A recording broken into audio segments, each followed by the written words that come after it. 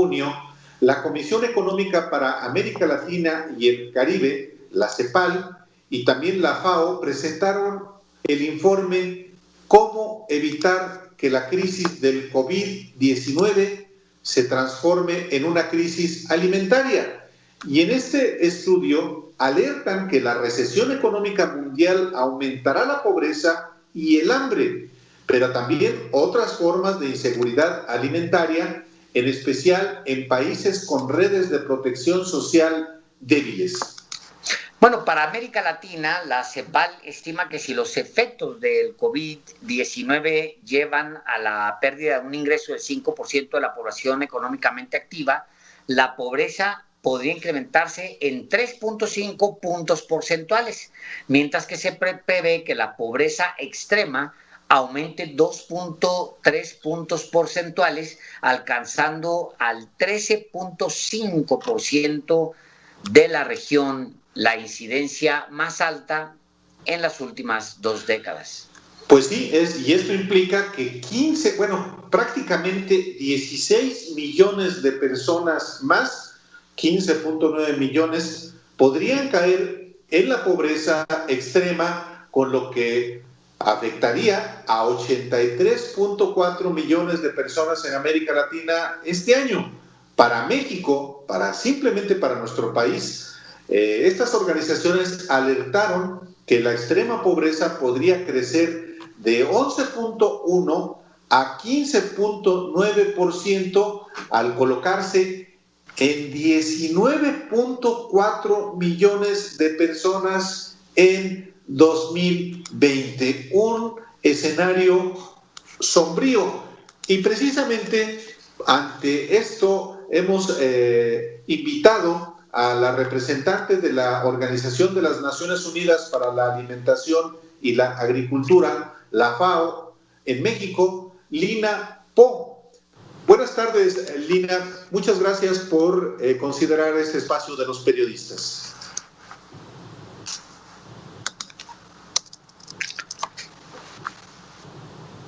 Bueno, no tenemos la línea.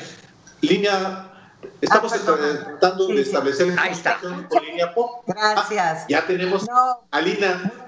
Bienvenida, Lina Po, representante de la FAO en México, a este programa de los periodistas. Pues vaya panorama que se le presenta a América Latina con la pandemia que nadie esperaba en diciembre, sobre todo en pobreza, y de manera específica en el caso de México es gravísimo.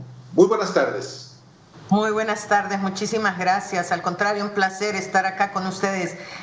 Francamente se habla de los héroes y heroínas sin capa, que son los trabajadores de la salud. Nosotros insistimos en los trabajadores agrícolas, pero ustedes son esenciales, ustedes llevan la información sin ninguna restricción, están ahí en toda la noticia, y francamente muchísimas gracias, porque esto es muy importante. Estamos pasando una catástrofe, y lo digo así, sin precedentes. No conocemos esto, no habíamos visto una crisis de semejante magnitud, y digo de semejante magnitud porque lo que ha significado esta crisis es que, por un lado, pone en riesgo la producción, la oferta de productos, y por otro lado disminuye, francamente, de una forma bastante fuerte, el tema de la demanda. O sea, la población está viendo disminuida sus ingresos de manera significativa. Tú hablabas muy bien de estos escenarios, que son escenarios medios, ni siquiera el escenario alto, y francamente hemos visto cómo la misma CEPAL está cambiando, y siempre a peor, de cómo está esto, y va a significar para México un número de pobres de 62 millones de personas y un número de personas en pobreza extrema de 21.7 millones en el escenario alto, y es el escenario que estamos viendo ahora. Entonces, francamente, esta situación es terrible. Por suerte, hasta ahora, y yo diría hasta ahora, y quiero hacer énfasis en eso, porque esto dependerá de cuánto se extienda la pandemia. Hasta ahora, La producción no se ha visto frenada. Las cadenas alimentarias, las cadenas de suministro de alimentos están funcionando. Los productores siguen sembrando, los mercados siguen funcionando, y esto es muy importante decirlo, tienen que seguir funcionando, no pueden parar. Tienen que tomar todas las medidas de salud necesarias, pero tienen que continuar, porque si no, esto sería una catástrofe aún mayor si no tenemos acceso a estos alimentos y si vemos los precios excesivamente aumentados. Lina, Paul, obviamente esto amerita medidas extraordinarias también. O sea, son momentos críticos en el mundo, y en México, pues por las debilidades estructurales, por una pobreza que ya es histórica, pues va a requerirse medidas extraordinarias. Si usted pudiera decirles, tomar la rienda y decir, estas 3 cosas vamos a hacer de manera inmediata, ya, ¿cuáles serían? Sí, mira, esto es muy importante. Efectivamente, estamos en una situación increíble. Escuchar las declaraciones de la directora del Fondo Monetario Internacional diciéndole a los países, gasten. Ahora no es momento de pensar en otra cosa. Gasten todo lo que puedan. Eso es increíble. O sea, el Fondo Monetario Internacional se ha caracterizado por hacer reducciones significativas al gasto de los gobiernos. Ahora estamos frente a esto, y el punto central es cómo no dejamos caer más la demanda, cómo fortalecemos a esos sectores que están cayendo en la pobreza y en la pobreza extrema. No cometamos los mismos errores que se cometieron en la crisis anterior, en la crisis del 2008, en donde lo que hicimos fue fortalecer solamente a un sector, al sector de las grandes empresas, y que por lo tanto eso iba a bajar. Y al final lo que tuvimos fue más pobreza, más desigualdad. Entonces, el centro ahora es cómo fortalecer a esto. Nosotros, la FAO y la CEPAL, estamos promoviendo este bono contra el hambre, el bono para la población más vulnerable, y los créditos para pequeños productores. Ciertamente no hay que dejar a la empresa grande sola. Por supuesto que no estoy diciendo esto, pero tu foco ahora tiene que ser en estos pobres y más vulnerables, que representa este bono contra el hambre hasta un 0,45% del PIB. O sea, hay que hacerlo. Esto es un tema urgente. ¿Es posible que podamos hacer una pausa y volvemos con usted precisamente para seguir hablando sobre este impacto en la alimentación en América Latina y en México en particular, Lina, Paul? Por supuesto, con mucho gusto. Vamos entonces a una muy breve pausa y volvemos con ustedes con esta entrevista con la representante de la FAO en México. Volvemos. Ya estamos de regreso. Perdón. Adelante, te comí. Adelante. Iba a decir, la hora son las 19 horas con 40 minutos y regresamos a los periodistas. Alejandro, tú vas a intervenir. Adelante, por favor. Sí, hay como una especie de consenso en el mundo. Europa ahora está pensando en esta renta universal, en entregar directamente a la gente una especie de renta. Ustedes hablan de este bono contra el hambre directamente. Es un bono para combatir el hambre, que en sí en los últimos 30 años es algo inédito, y quizá lo vimos en tiempos de guerra, pero no lo vimos en los años del neoliberalismo de esta manera. Ahora es el mundo el que pide bonos y aplicarlos directo en las poblaciones, por encima de los rescates que se hicieron en el pasado, que seguimos pagando en el caso mexicano, por cierto, como el FOBAPROA y demás, que se hicieron de las grandes empresas. Ahora es Naciones Unidas diciéndole a América Latina, ¿saben qué? Váyanse por la gente, denle a la gente. ¿Cómo es ese bono de hambre? ¿Cómo es el bono del hambre? Mira, el voto del hambre se podría materializar de varias formas. Puede ser a través de transferencias monetarias, puede ser de canastas, cupones. Lo que se dice es necesario que sea al menos el 70% de la canasta básica de alimentos para aquellas poblaciones en extrema pobreza. Y estamos hablando de $47 al mes, que podría reforzar el ingreso básico de emergencia, que es una propuesta de la CEPAL que está haciendo, pero que en el caso de aquellas personas en situación de hambre, pues es todavía más necesario. Y mira, esto es importante decirlo porque a mí constantemente me pregunta, ¿habrá hambruna en México? Y yo digo, hambre y pobreza están estrechamente relacionadas en América Latina. Si vamos a tener pobres extremos, vamos a tener gente con hambre. Y eso es lo que ahora tenemos que reforzar, buscar. Un elemento esencial también es reforzar la alimentación escolar en niños y niñas, que por cierto, esta alimentación escolar constituía el principal alimento del día de muchos niños y niñas en México, en América Latina. Imagínate, 10 millones de personas recibían esta alimentación escolar. Bueno, esto tiene que continuar. Este tipo de cosas son la esencia de lo que ahora significa poder atender esta pandemia. El problema es que no sabemos cuándo va a terminar, porque esto va a terminar hasta que haya una vacuna o un medicamento. Ya hemos visto cómo el virus está regresando. No sabemos si el portador del virus, que ya lo tuvo, no lo va a volver a tener. Es decir, podemos seguir en este ciclo varios meses más.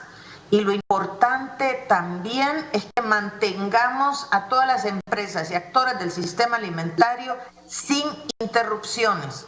Esto es fundamental también, porque la oferta hasta ahora no ha variado. Los precios no han variado significativamente. Hay algunos precios en algunas regiones del país, el huevo en la zona norte, etcétera. Pero en general los precios se han mantenido porque la cadena ha seguido funcionando. Y yo entiendo a los ciudadanos a veces que dicen, qué barbaridad, ¿por qué no cierran la central de abasto? Esto es un foco de infección, qué barbaridad, cerremos los aeropuertos y puertos. No se puede, eso sería una catástrofe mayor. Hay que continuar sin interrupciones para poder tener alimentos disponibles y para poder tenerlos a precios pues que los podamos pagar todos, porque si no, todavía más se va a incrementar la pobreza y la incapacidad de comprar alimentos. Estamos platicando con Lina Paul, representante de la Organización de las Naciones Unidas para la Alimentación y la Agricultura, la FAO, de la ONU, y justamente a raíz de la pregunta de Alejandro Páez Varela sobre cómo garantizar un bono de hambre, cómo evitar que quienes padecen la pobreza extrema padezcan hambre y cómo evitar inclusive que aumente de manera exponencial la pobreza y la pobreza extrema en México. Y yo le pregunto de manera específica las políticas que el gobierno federal de México ha implementado en cuanto a la transferencia de recursos monetarios a sectores menos o los sectores más afectados por la pobreza en México. ¿Qué tanto efecto de contención tienen ante una pandemia como esta? Si son insuficientes, ¿son suficientes o insuficientes? Mira, yo creo que la pandemia no solo en México, pero en toda América Latina y quizás en buena parte del mundo, ha significado que los recursos con los que cuentan los gobiernos son insuficientes. Nunca nadie esperó esto. Esto francamente es algo que sorprende a todo el planeta. En primer lugar, creo que ha habido un extraordinario trabajo, déjame decirte, de la Secretaría de Agricultura de acá de México en mantener estas cadenas vivas, en verificar que los precios no aumenten, en fortalecer con créditos a los pequeños productores para que puedan seguir funcionando. Nosotros estamos trabajando con la central de abastos, por ejemplo, en una serie de protocolos para la seguridad de quienes están ahí, de manera que no tengan que cerrar la central de abastos. Y con los mercados privados de México, a través de la agencia de una organización que se llama Flama, viendo cómo estos mercados siguen funcionando en las mejores condiciones. En temas de protección social, creo que esta estructura que ya se había generado en México para las transferencias monetarias, bueno, ha sido una fortuna en épocas de pandemia, porque ya los mecanismos de transferencias monetarias están determinados. Nosotros estamos trabajando con el DIF, por ejemplo.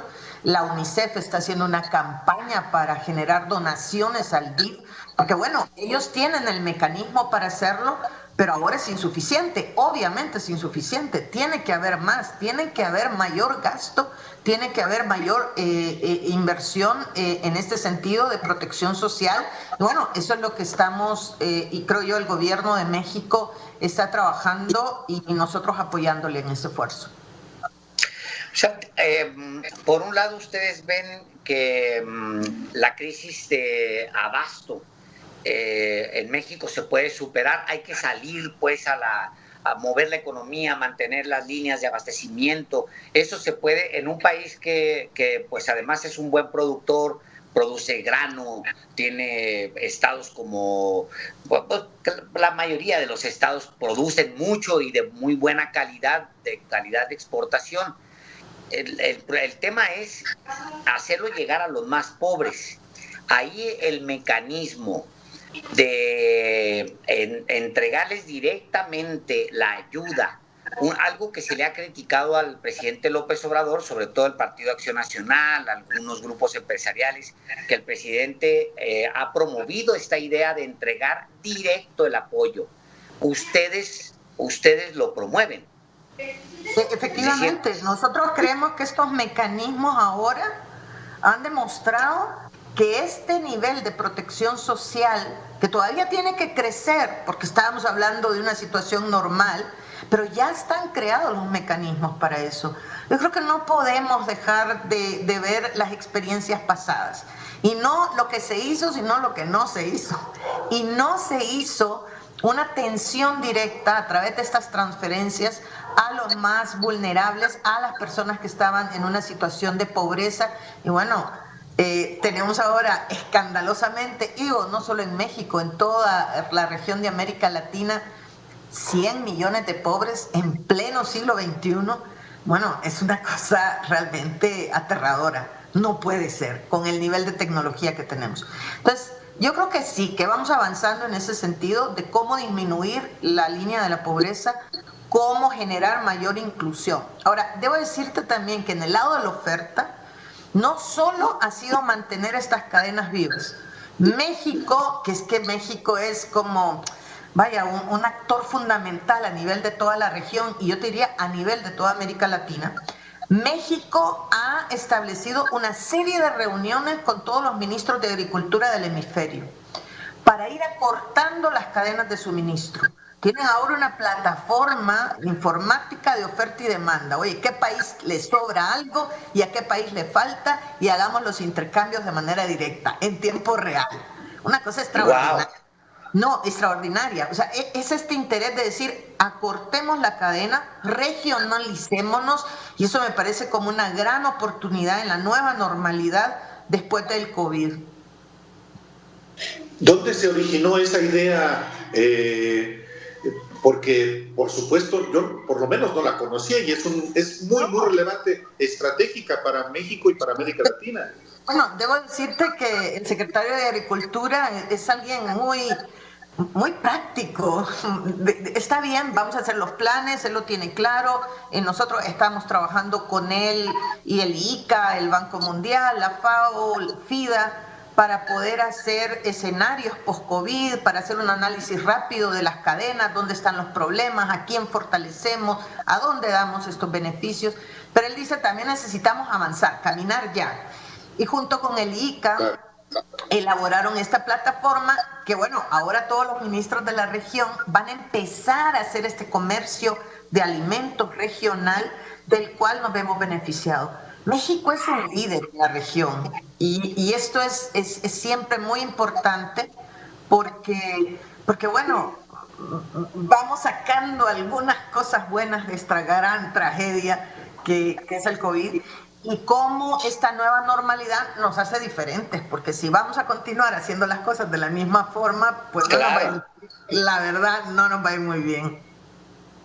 Híjole, Lina Po, representante de la FAO en México, muchas gracias, muy ilustradora esta conversación para nuestro auditorio. Seguramente vamos a seguir en comunicación porque hay, sobre todo en materia alimentaria, temas muy pendientes y que van a seguir, ojalá no, agudizándose. Muchísimas gracias. Al contrario, Alejandro, Álvaro, muchísimas gracias a ustedes por permitirnos este espacio, en un espacio tan escuchado, tan querido, pero además por ese trabajo que hacen ustedes, francamente, de llevar la información, de poder discutir con la ciudadanía. Tenemos que entender que esta es una nueva época, algo francamente que no hemos visto. Quédense en casa si no tienen que salir. Esto es realmente muy difícil, y protéjase.